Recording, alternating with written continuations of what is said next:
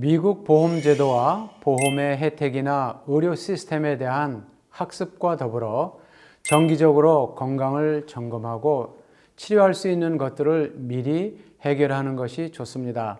특히 치과 치료는 미국이 고비용이므로 미리 해두는 것이 좋습니다.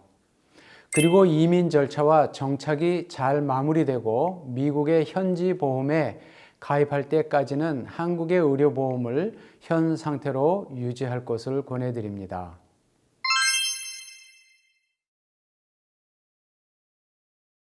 오바마 케어는 ACA라고 부르는 보험이며 65세 미만의 개인이나 가족을 위한 보험입니다. 65세 이상일 경우에는 메디케어를 가입하도록 되어 있습니다. 단 미국에 갓 이민 온 사람은 65세가 넘는 사람이라 할지라도 미국에서 사회보장제도에 가입하고 보험료를 납부한 실적이 없기 때문에 나이와 관계없이 오바마 케어에 가입할 수 있습니다. 오바마 케어는 시민권자나 합법적인 거주자는 누구나 나이, 건강 상태, 성별에 관계없이 가입할 수 있는 건강보험입니다. 정해진 기준보다 수입이 적은 사람들은 연방정부로부터 의료보험료를 보조받을 수도 있습니다. 나이가 26살까지의 자녀들은 부모 보험에 함께 가입할 수 있습니다. 임신보험 혜택, 정신과 치료 혜택 등이 포함되어 있으며 특히 평생 받을 수 있는 의료보험 혜택의 한도 금액이 없습니다. 정부가 정한 규정에 근거해서 보험회사들이 보험 상품을 디자인하고 정부가 만든 과정을 통해서 가입자에게 보험을 공급하도록 되어 있습니다.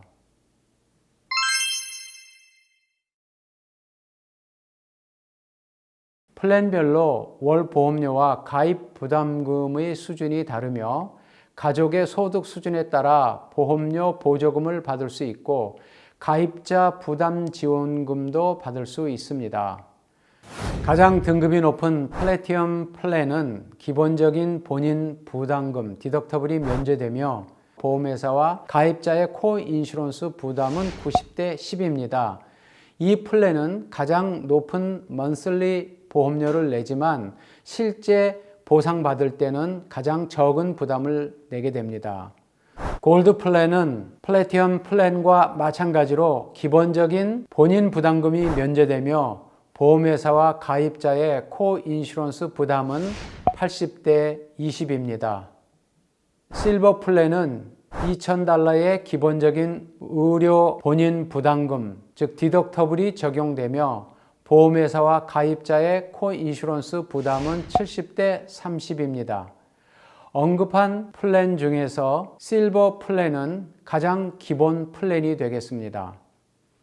브론즈 플랜은 위의 세 가지 플랜보다 보험료는 가장 저렴하지만 상대적으로 많은 제약이 따릅니다. 브론즈 플랜은 $6,000의 기본적인 의료 및 약에 관한 본인 부담금이 적용되며 보험회사와 가입자의 코인슈런스 부담은 60대 40입니다. 이 플랜이 가장 적은 보험료를 내지만 혜택을 받을 때는 또 가장 많은 부담을 해야 됩니다.